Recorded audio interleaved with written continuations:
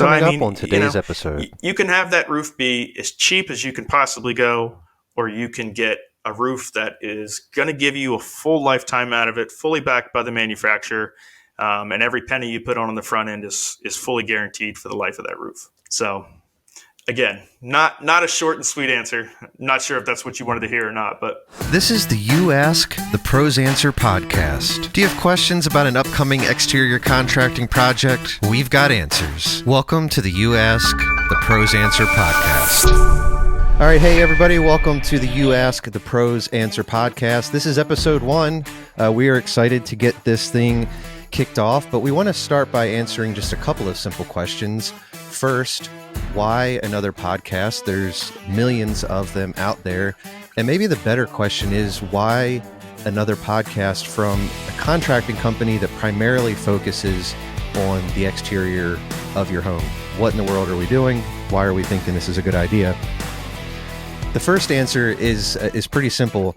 We live in this era where people Google everything, and there's information overload. It's hard to find out who you can trust, what answers are correct, what answers came from a bot, what answers came from AI.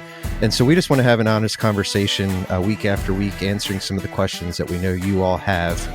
However, I am a part of the Pro Exteriors marketing team. I am not an expert in the field that we're going to be discussing. So we thought it would be wise to bring in a guest today. Actually, he'll be here so often that at some point he won't be called a guest. But we have Aaron Rogers with us today. He is the owner and president of Pro Exteriors. Aaron, I want to ask you the same question that I just tried to answer, and just want to have a short discussion on why in the world is Pro Exteriors starting a podcast? well, I think that nowadays there's so much information on the internet that a lot of people, I think, can get lost in doing the research on, what a project ultimately entails and what it's going to cost and things of that nature.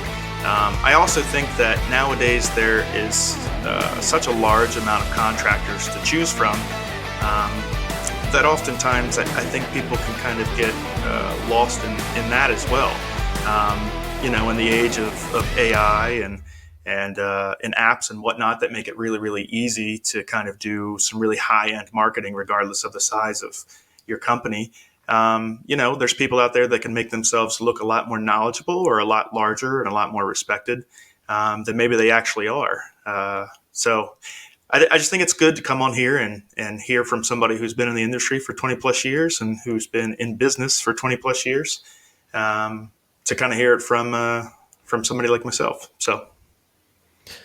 Yeah, that all makes sense to me. And I think before we get to the question that we're really going to tackle today, I want our audience, maybe they know who you are, maybe they don't, maybe they stumbled across this. I want our audience to know a little bit more about who you are. And you just mentioned in passing the length of time roughly that you've been in the business, but could you talk just a little bit about your background, your upbringing?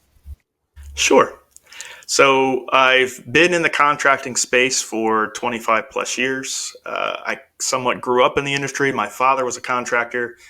I started on job sites, as soon as I was old enough to pick up trash and nails and things. It's kind of when I got started in the industry.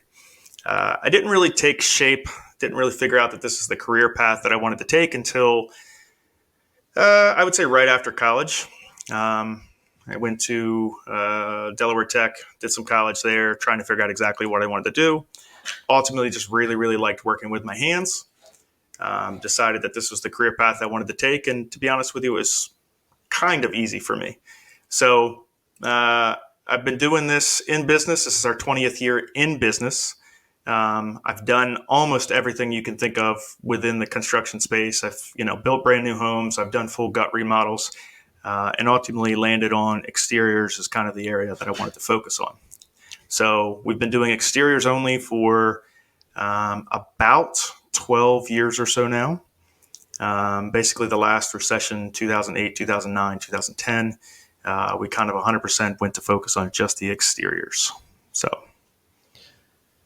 Yeah, so we Our company is based in Sussex County, Delaware, on the coast there. So in southern Delaware, just want to mention that because you could be listening to this in Alberta, Canada, or Melbourne, Australia.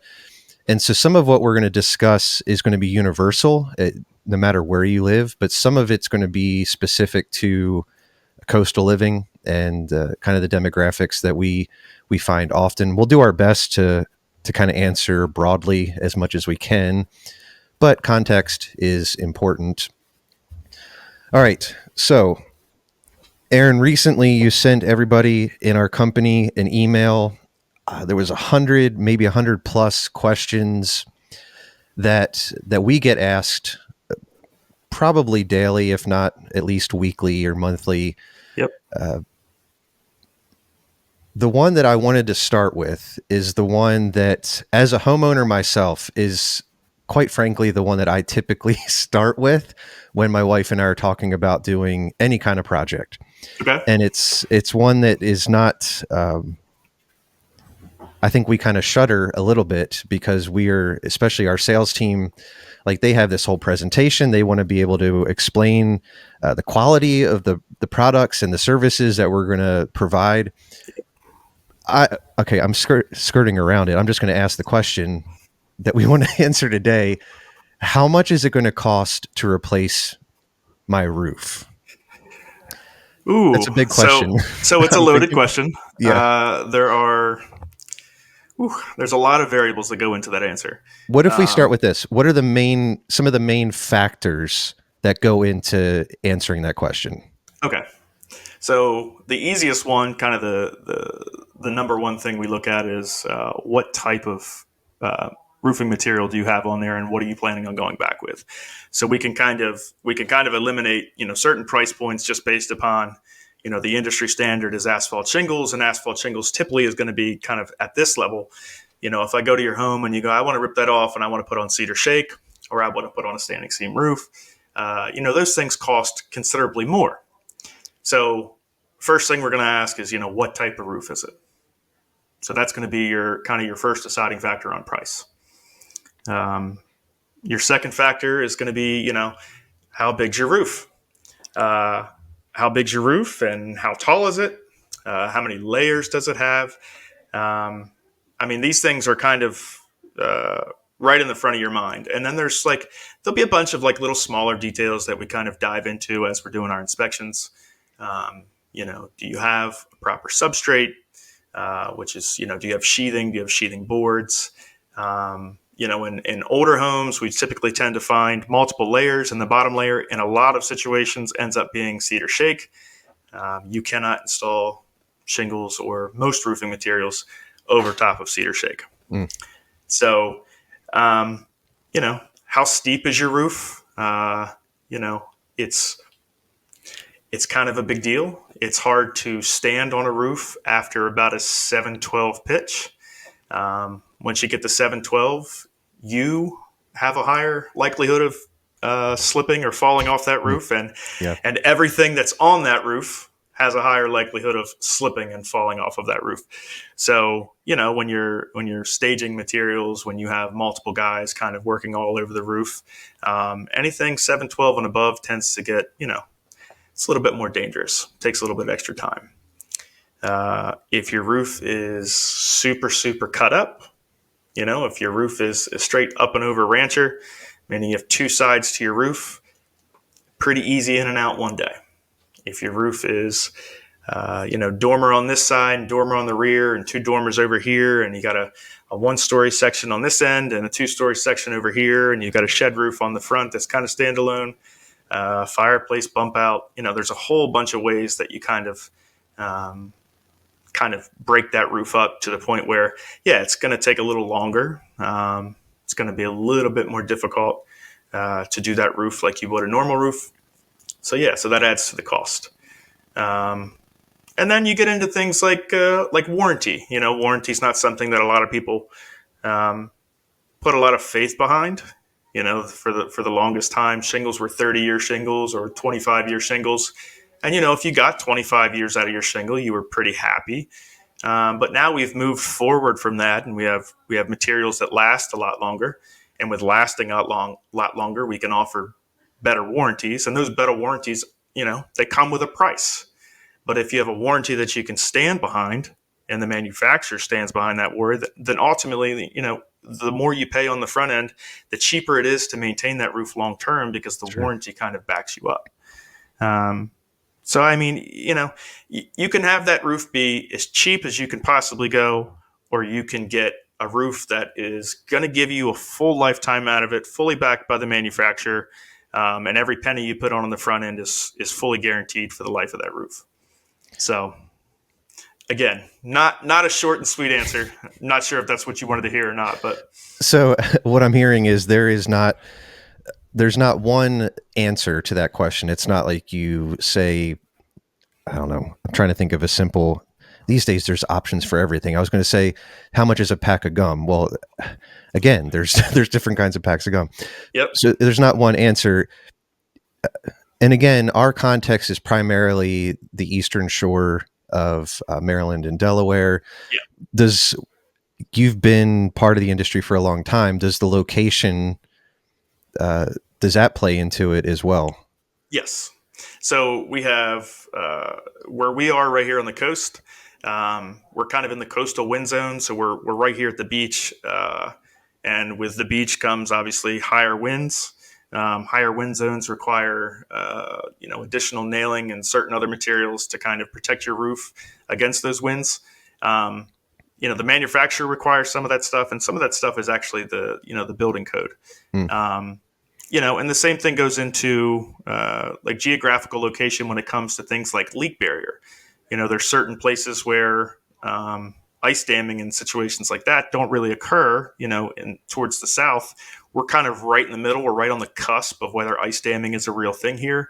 So like to the north of us, pretty much ice and water shield or leak barrier is has to be. It's a requirement. We kind of fall in that area where it's best practice, but not necessarily required. Okay. So start talking about leak barriers and stuff, you talk about additional costs, you talk about additional labor. So just another thing to kind of tie into ultimately what the final cost is going to be. So before I move on, I want to circle back to two kind of industry terms that you mentioned that are super common for us. I want to think about the person who's just purchased their first home, or Okay. maybe they're replacing the roof for the first time. So, in as simple as you can you tell me what a 712 pitch is? Sure. The pitch of the roof is basically how steep it is. So a 712 is going to be, that. And then as it gets, the higher the front number is, the more steep it gets. 712 refers to your rise and run. So a 7-inch run and a 12-inch run. So for every 1 foot of run, you're going to have 7 inches of rise. So again, the bigger the first number, the more steep your pitch is. So Got it. Just had flashbacks to geometry class back in middle school. And then the other thing you mentioned was ice damming. And am I correct in essentially that is just the fancy term for the fact that ice can build up, especially in climates where snow and ice are prevalent, and that can eventually penetrate the roof or the exterior of the house? Could you describe just a little bit about what that is and how that factors into the whole process of installing the roof? Yes. So ice damming is essentially the buildup of ice in the lower eaves of your roof. The bottom 3 feet is kind of the area that's most susceptible to it. And Okay. it's essentially the process of snow falls on your roof. As that snow melts, it melts underneath of the top layer of snow. And as it melts, it subsequently freezes again, and then melts again, and then freezes again. And every time it melts and then freezes, it basically gets underneath of your shingles. As it freezes, it expands and pops your shingles. And then every time it does that, it creates more and more damage to the point where if you don't have like a leak barrier at the eave, essentially that ice dam kind of gets up and underneath. In my 20 plus years in the industry, ice damming is not a huge thing here. It is something that we run into on occasion. When you go north of us, it's something that is kind of a very major concern. So something Gotcha. you plan for and run into quite often. All right, so you've kind of ran through a bunch of the different factors that go into answering that question of how much is it going to cost to replace my roof. I Correct. still don't know the dollar amount yet, and that's okay for now. But one of the questions that I have, and I think a lot of people listening or watching might have as well, is when I have had a roof done before, I'm just looking at the asphalt shingles and thinking that's what is being replaced. It sounds to me like there's much more of a cohesive system. I'm trying to think of a parallel, like another example of. Well, a system is a great way to put it. We don't install roofs; we install roofing systems. All the products and pieces that kind of go into that to build your roof from scratch, it is all one system. The individual components kind of layer together in order to make the protective roof in the very end. So the roof is the final product. All of the products together are part of a roofing system. So you don't necessarily replace one piece of that. You kind of replace the entire system as a total. But yeah. All right. So the shingles and the fascia is what you end up seeing when the project is finished. But in a lot of ways, that is the first line of defense, really. To the whole all the other pieces. So that leads me to another question that I know impacts the cost of the whole roofing system. You talked about the different styles of roofing products, so metal or metal, asphalt, shingles. I'm sure you can name a few others, but I want to focus just here for a couple minutes on asphalt shingles because I don't know what the percentage is. Maybe you can tell me, but that's the majority of what we do. Yep. But not all asphalt Yep. shingles are created equal, though. Is that true? That's correct. So every manufacturer is going to have, kind of a shingle of a different thickness, a different weight. Shingles are going to have a different warranty. The average shingle is pretty much everything is considered a lifetime asphalt shingle now, which is a 50-year shingle. It used to be you had 30-year shingles, 40-year shingles, and 50-year shingles. A lot of that was based upon the weight of the shingle. But over the last, say, 10 years, 15 years, the technology of the shingle has gotten better. And in the process of the technology getting better, the weight of the shingle has actually decreased at the same time that the warranty of the shingle has actually increased. So you still have, designer series shingles or shingles that are a little bit different than what the average person has. The majority of people just have a standard laminate or architectural shingle. Some designer shingles that offer you kind of some different options, some options that kind of more closely mimic like a cedar shake or an actual slate. So tons of different options. Like I said, the technology is ultimately what dictates, in my personal opinion, the quality of the shingle.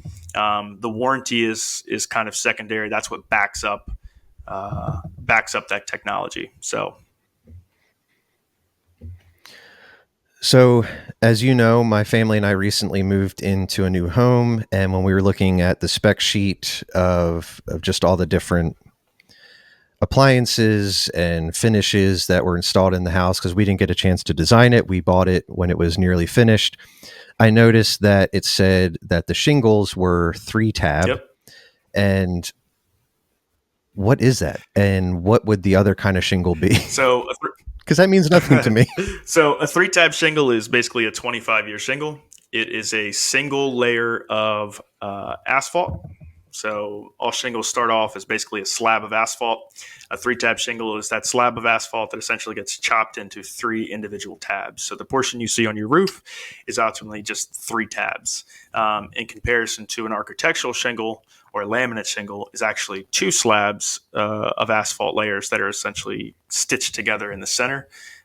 which create kind of a little bit bigger of a depth. And it's supposed to mimic cedar shake, but I mean, I don't think anybody at this point looks at asphalt shingles and says, man, that looks like cedar shake. Yeah.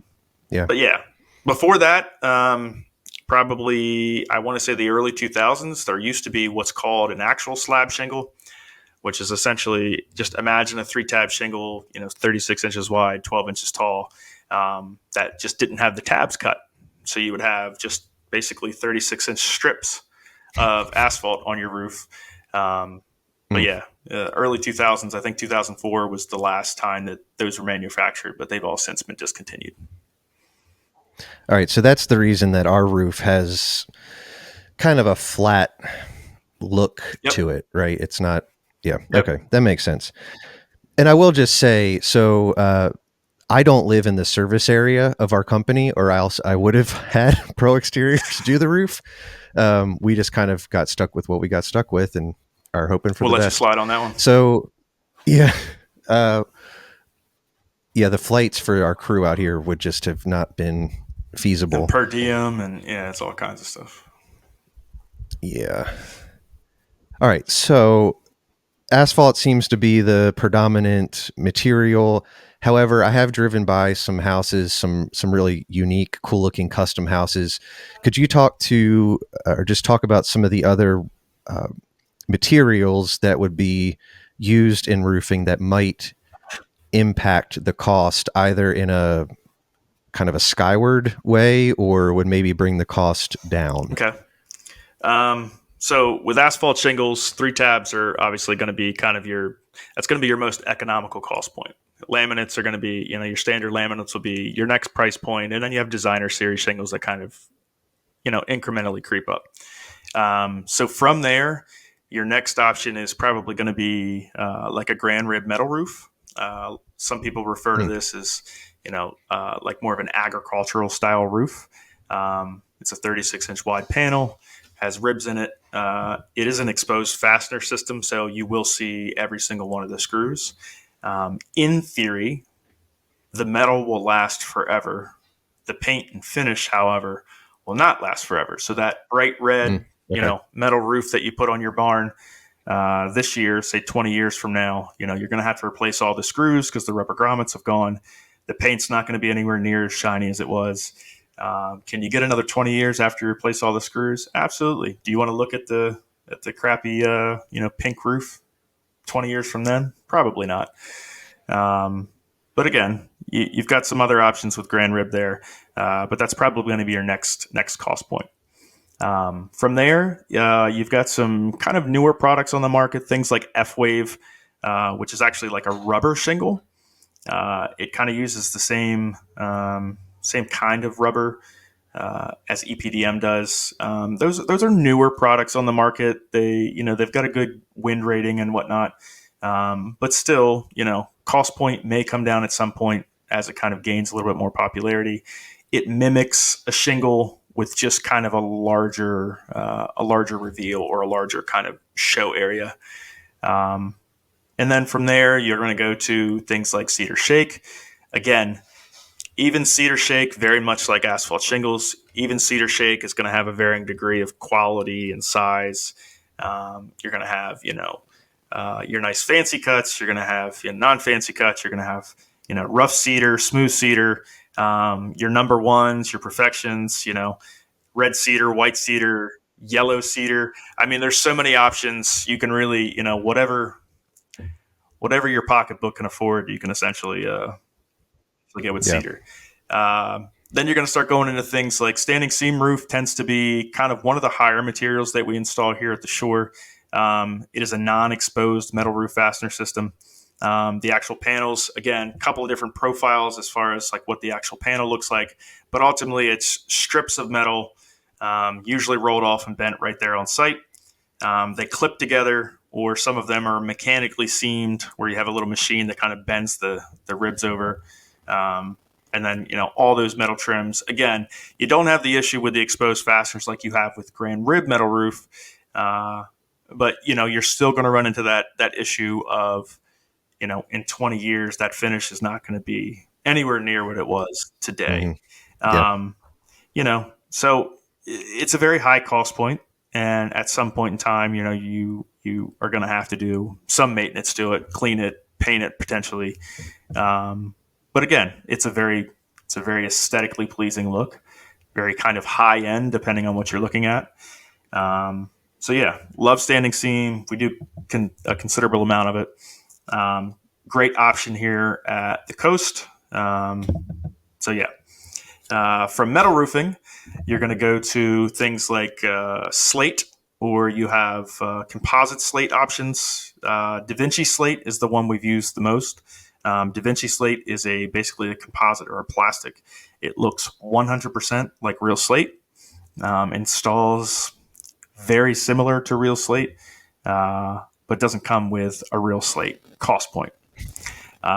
Again, all of these materials technically are going to be lifetime materials, but what you pay for them on the front end, and then ultimately, what you have maintenance-wise long term is kind of the deciding factor on if the financial on the front end makes sense versus, what's the long term. Yeah. But yeah, in this area, that's pretty much going to be your gamut as far as steep slope. You can start getting into things like low slope products. Low slope products, you can talk about like EPDM, which is a rubber. You have TPO, which is basically like a thermoplastic. You have PVC, which is kind of similar to TPO. And then you have some other little coatings like Duradeck and Deckrite. And then you have actual coatings, which are more for like restoration. You have an old metal roof or you have an old flat roof. You can actually put this coating on top of it to kind of extend its life point. In the last couple of years, the next big product that's kind of coming online is roof rejuvenation. So kind of a newer product. A lot of science goes into it. I was a naysayer there for a while until I actually physically saw the difference between a treated roof and an untreated roof. But if you've got a roof that's got a couple of years left in it, a few years left in it, and you want to guarantee that you're able to get those last several years, a roof rejuvenation can basically be applied to your shingles. It brings back the pliability, the elasticity. It makes it adhesive again. These are the things that typically break down in an asphalt shingle roof. So, if you pay a couple $1,000s, a few $1,000s to kind of guarantee you're going to get the next 5 years out of that roof, a lot of people are like right now with the economy being what it is, I know a lot of people that would probably rather pay $2,500, $3,000 now versus paying, say, $15,000 to $20,000 now. So, rejuvenation. Yeah, that can be a good stopgap. Yeah. And it makes the roof look fresh. Makes right? it look nice and shiny, almost Fresher, like the day it was put on. Yeah. Yep. Yeah. And then, so you've talked about a wide range of materials. Obviously, if you're watching this or listening to this, you've seen houses. Maybe you live in a house that has more than one material on the roof too. Some intentionally, some just because it's an older house and people have patched with whatever they had. But we do a fair amount of roofs that will mix and match, right, between asphalt shingles and standing seam or. Yep. We do a lot of roofs that have, they'll have an asphalt roof, and then they'll take the porch roofs, or they'll take a couple of the little accent roofs, the little smaller accent roofs, and we'll do those in a different material. Standing seam down here at the beach is kind of the more, like, that's usually what we do for accent roofs. But yeah, so it's not uncommon to have, 2 or even 3 different styles of roofing. We have a 34-foot height limit as far as you can only build to 34 feet. So you'll see quite a few of the beach houses down here that have asphalt shingles, and then literally the top of their house is flat to make sure they don't come anywhere near that height limit. And that flat roof is usually like a rubber or TPO material. So, yeah.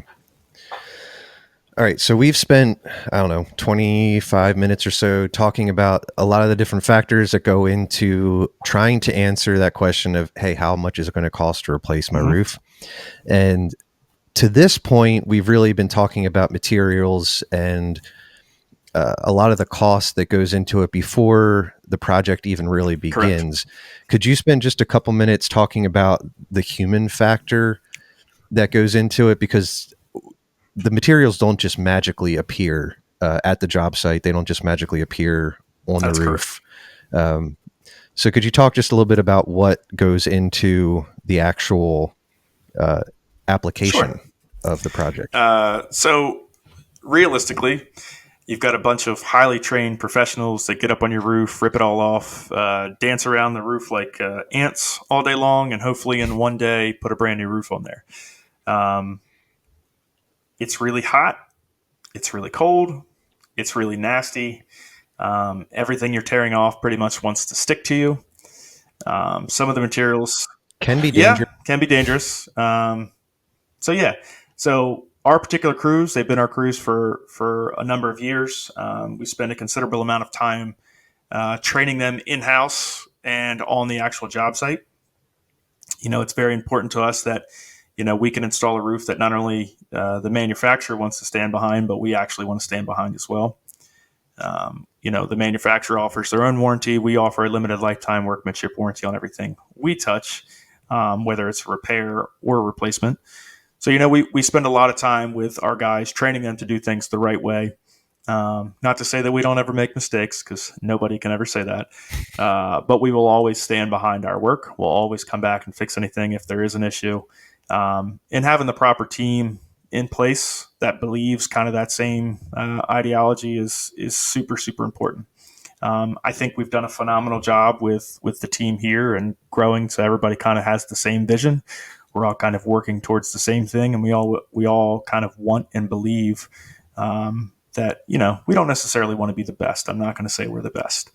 We just want to be better every single day. We always want to be able to be proud of the things that we do, the things that we install, and the fact that we can say that we will always stand behind our stuff. So yeah. So the people that go into it, just as important as the products.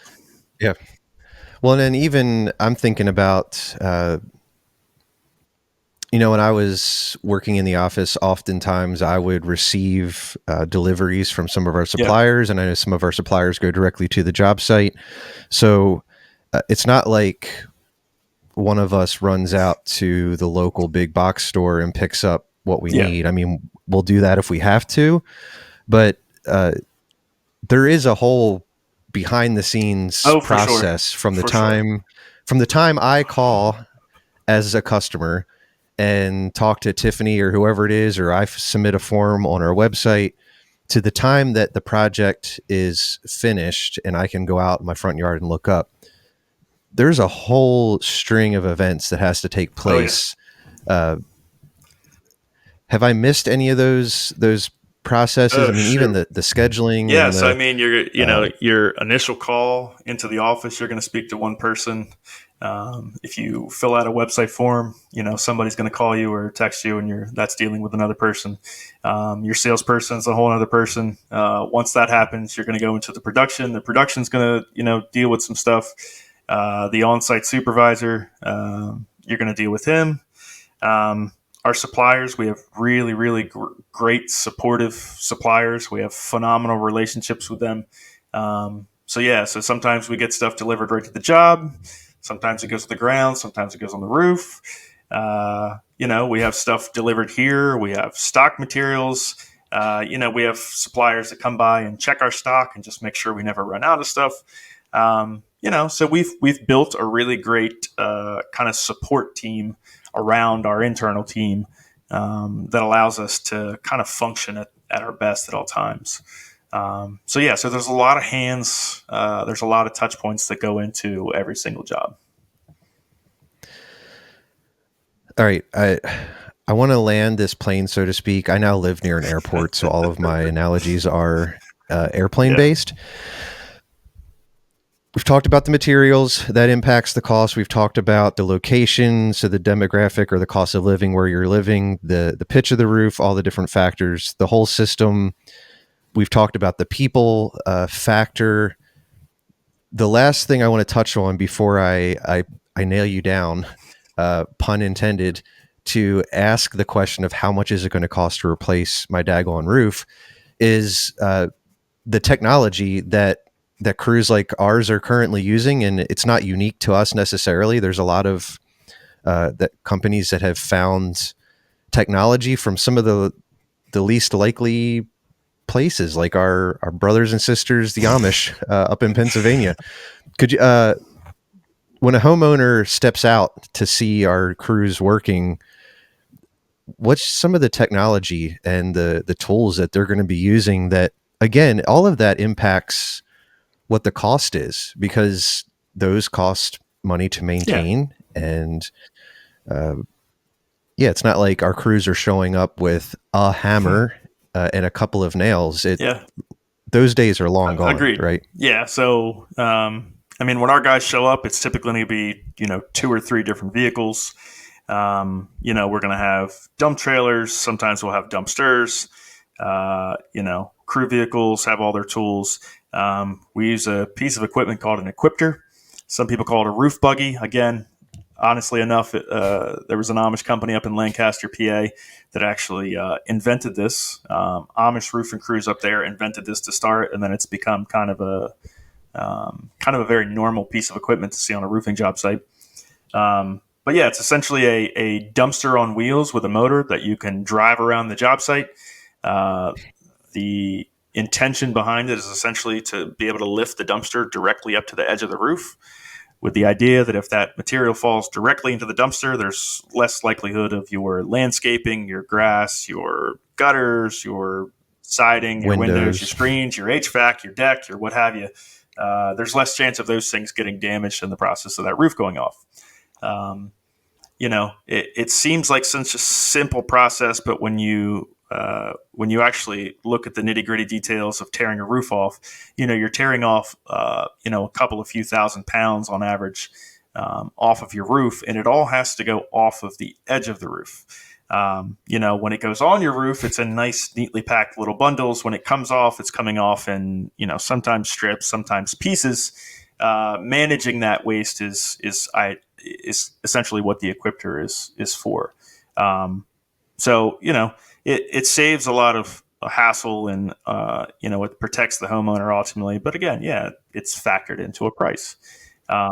These aren't cheap pieces of equipment, but ultimately, we're saving you money in the long run. We now have to fix things, or we don't have to worry about damage, or the average roof has about 12,000 nails.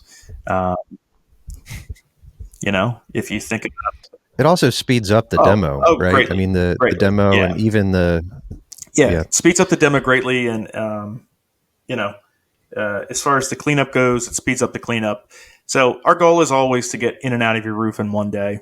On rare occasions, we do have 2-day roofs, but ultimately the equipter is the thing that kind of lets us pull that roof off, put it back on, and be done before there's any chance of anything kind of happening to your house. So, and then you have things like drones and lativators, which are ladders that actually take shingles up to the roof on this little motorized cart. So there's so much technology that's come into the industry over the last several years. There's so much technology that's come to even things like our phones, as far as the apps we're able to use, and the technology that's on those has increased so much that it's not what it was 20 years ago. So yeah, I even think about things like the ability to measure an entire roof, virtually. Yeah. And that's something that, I don't know, probably 5-10 years ago certainly wasn't as accurate as it is now. Well, it's definitely increased its capabilities. It has been around for quite some time. I think the last 5 or 10 years, what has really increased is how many people can actually do that for you now. So it used to be you were kind of limited to 1 or 2 different companies. Now, I mean, there's 2 handfuls maybe of companies like out there that can do that. Some of those you can do. You can type it into a website, you can type it into your phone, and ultimately they give you aerial measurements to kind of give you everything you need. There's also some programs like Hover, where you can actually take pictures from the ground of all 4 sides and each 4 corners. We can actually give you a full-scale rendering of the entire house, the siding, the roof, the windows, everything, and actually allow you to kind of put a rendering together to show people what their house could look like, if we were to replace everything. So, things like that, when I started in this industry, it was going around with a tape measure and a piece of graph paper and, scaling out every single wall. Um, man, so yeah, so the capabilities have changed for the better. Um, it takes a lot of the guesswork out of it now. You still have to do a lot of things. You still double check your technology. You don't rely on it, 100%. But yeah, those things are really really nice. So Yeah, the tech is just yet another tool correct. in our tool Yep. belt, so to speak. Listener, viewer, whatever, you will quickly learn that my sense of humor is pretty bad, and so if you're here for the long haul, you're just going to have to deal. Yeah. Okay, Aaron, we've been talking for some time. We've covered a lot. We've covered a lot of the factors. Here's what I'm going to ask you. I'm going to ask you this question one more time, and I'm going to hope to get some kind of an Here it answer. comes. Let's say I didn't just move into a brand new home with a brand new roof. Let's say I moved into a house that's 30, 35 years Okay. old. The roof is worse for Yep. wear. It's an average size house, average, maybe like say 3, 4 Yep. bedroom. I realize there's a ton of variables. Okay. What is the range that I'm looking for an asphalt shingle Okay. roof? Roughly. What's the cost? So I would say that the average consumer, your standard 2,000 square foot, 3 bedroom, 2 bath house, on average is going to be anywhere between say 12,500 on the lowest end, up to we could be anywhere to mid 20s, high 20s. When you take kind of all of the variables into it, all the different things that you have on the roof, the siding, what you have on the siding, and things like that. I mean, there really, really is kind of a large spread. You can always, always, always, always find somebody who will do it for cheaper. Um, you'll always find somebody that has, a connection or knows a guy, or, will tell you that, you don't have to do this. That's excessive or what have you. But, when that guy's taillights fade away and then you have an issue, you know, you're Yeah. that delta of, maybe a couple of few $1,000s that you saved, it's that money's going to taste a little bitter once you have to pay one of the other guys to come out and fix those issues. Sure. So, Yeah. so we always tell people that we owe you as the consumer to charge appropriately, to not only install your roof correctly now, but to also be here in the next 5 to 10 years to service that roof if there ever is an issue. Um, so yeah, so we're not here for now. We're here for the long haul. Like I said, this is year 20, and God willing, we'll be here 20 more. So So I appreciate your transparency. I should mention, I'm just looking at my calendar. This is being recorded on July 16th, 2024. yes, So July 16th, 2025 or 2045, that answer is going to be different. yep, Things change. We all know that. yes, But that gives me a good ballpark, for as we sit here today. Now, the last question I'd say is, Aaron, when you and your wife are looking to have something done at your home, now you're in a slightly different situation because you could do, or you could have one of our crews do a lot of the yeah. things. I'm not sure. I'm not sure if Mary's listening to this or not, but would you be going to get just one estimate? Like, are you just going to find one company, or do you suggest that people go and get multiple? Well, so it is customary for people to get multiple estimates. We say that because there are people out there that are going to price themselves out, either being too high or too low. Is there such thing as being too low? Absolutely. So if you get 3 contractors coming your door and you have a guy that's $10,000, a guy that's $14,000, and a guy that's $15,000, the guy that's $10,000, the first thing that's going to come into my mind is, why is he so cheap? Yeah. Yep. And you can justify being a little less expensive, but when you've priced yourself so far out of the market, you might get some people that will bite at that. They just want something for nothing, essentially.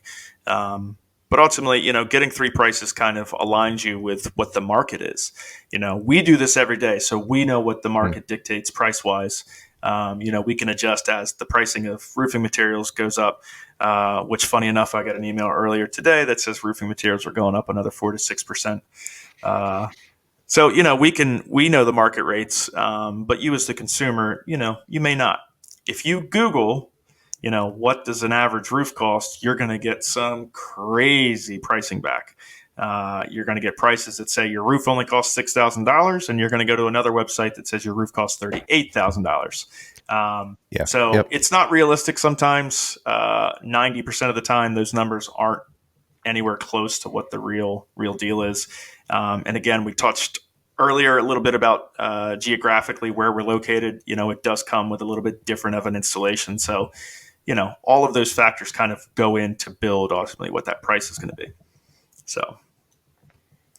So this will be the last question, I think. So let's say my wife and I, we go and get 3 estimates. Okay. I'm assuming it would not be wise just to look at the 3 costs, right? Nope. There's a lot more behind how those 3 companies got to those numbers, right? Yep. What would you suggest to me or to any consumer, customer, homeowner, whatever? What are some of those things, just a couple of the key points that they ought to be looking for in that quote or in that estimate? Okay. So the first thing I'll say is the level of detail. So if you get 3 quotes and you get a quote that is on a single sheet of paper and, the guy's basically handwriting in the details, they haven't really adapted to kind of the way things are now. So that right there, for me, again, I'm a different type of consumer, but that's a red flag for me. If you look at the details of, your average contract, you don't just want, we're going to install synthetic underlayment. There's a broad spectrum of synthetic underlayment. So I want, brand, which version. I want to know exactly which products you're using. So with a roof, a roof is 13, 14 products. So I want to know all of them. I want to know every single product. And not only do I want to know every single product, but I want to know a little bit about each one of those products. Is it a breathable underlayment? Is it not a breathable underlayment? Is it fabric? Is it plastic? Is it felt paper? And that gives me the ability, if I'm trying to narrow down my price between 2 guys, if this guy just says synthetic felt, and then the other guy says I'm going to install a GAF Tiger Paw, premium underlayment, then it gives me the ability to go, okay, well, this guy's telling me the exact product. This guy's saying he's put synthetic felt on. And in theory, most people just assume they're both synthetic felts and they're the same, but they are not. I can install a very, very cheap synthetic felt or synthetic underlayment, and then I can install a really, really expensive synthetic underlayment. They're both synthetic underlayments, but they are not even remotely the same. They don't have the same warranty. They don't have the same quality. One breathes, one essentially suffocates your roof. So laying out the details, that's the first thing I would look at. The second thing I want to look at is the warranty on the actual product. So warranty on the actual product, again, almost all asphalt shingles are going to be 50-year shingles or lifetime shingles. You may every once in a while get somebody that'll give you a 30-year shingle. There's only a couple of manufacturers that still offer a 30-year shingle. So when the industry has gone to 50 years and somebody offers you a 30-year shingle, that's a red flag. The industry dictates 50 years is now the industry standard, and you're giving me a tier 2 or a lesser tier shingle. That's a red flag for me. And then, so once you look at the manufacturer's warranty, then the next thing is like, what's the workmanship warranty? And when I say workmanship is, my labor. That is me as a company standing behind our work. So is it 2 years? In the state of Delaware, they legally require you to stand behind everything you touch for 1 year. But, is that the company's warranty? Is it the manufacturer's warranty? So having that actually the workmanship warranty of the company written out is crucial. And then ultimately you want to know like what's included in that workmanship warranty.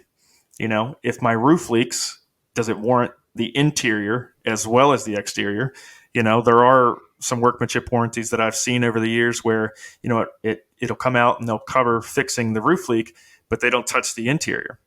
So the value of a workmanship warranty if they're not going to fix everything that it affects. So those little details add up real quick. In the instance of like GAF as a master elite contractor with GAF, we can offer you their enhanced warranties. So we can offer you not only our limited lifetime workmanship warranty, but we can also offer you GAF's workmanship warranty. So, I get struck by lightning standing out in the middle of a field next week and I'm gone. GAF still stands behind the product and the install. Yeah. Yep. So those things are important. Again, once the taillights fade, that's where you figure out where the money was spent. Yep. So if the company's not going to come back, all that money you spent is wasted. And in the instance of, I believe right now the national average for roof repair is over $1,000. So let's say that, somebody has a 5-year workmanship warranty, on year 7, you have a roof repair, it costs you $1,000. On year 10, you have another roof repair that costs you $1,000. What did you save on the front end? Those $1,000 repairs add up really, really, really quickly. So, sure, yeah. Then plus the added headache of having strangers again in your house and having the mess to clean up, and it's beyond just the dollars and cents there too. Yeah. And there's some emotional things that kind of go along with that. I mean, for most people, their home is their sanctuary. It's their calm place. It's the place that they, it's all the memories, your kids, your friends, your family, and whatnot. When something starts to kind of eat away at that or cause damage to that, I mean, that's a big deal. So there's some emotional stuff that goes along with that. So, I'll just say that price is an important factor to every buying decision. But I will say that leading the decision-making process with price being the decision maker ultimately will cost you more in the long run. So I always suggest to people figure out what you want, figure out ultimately the products, the people that you want to hire, figure all that stuff out, and then worry about the money, because the money is ultimately secondary to the quality and the warranty and the products themselves. So, sure, yeah. Well, that is all good advice. I learn stuff, and I work in this business. So, Aaron, I want to thank you. Today, I will call you a guest. Again, we'll be seeing so much of you that at some point you won't be considered a guest any longer. All right, everybody, that is all we have for today on the You Ask the Pros Answer podcast. If you are facing a roof replacement, we hope that this episode has empowered you to tackle it with confidence. We know there's a lot that goes into it. We know that is not a decision that is made lightly. Hey, that is all we have for you today on the You Ask the Pros Answer podcast. If you are facing a roof replacement, we hope that this episode has empowered you to tackle it with confidence. Remember, knowledge is power, and a little research can go a long way. Until next time, my name is Cole. Thanks for watching. The You Ask the Pros Answer podcast is produced in-house by the Pro Exteriors team. Pro Exteriors is the exterior contracting division of Empire Construction Group, LLC. This podcast is intended for informational purposes only and should not be considered legal advice. For more answers to your questions, please subscribe to this channel and podcast so you'll never miss an episode. Do you have an upcoming home remodeling project? Find more answers to your questions at askproexteriors.com.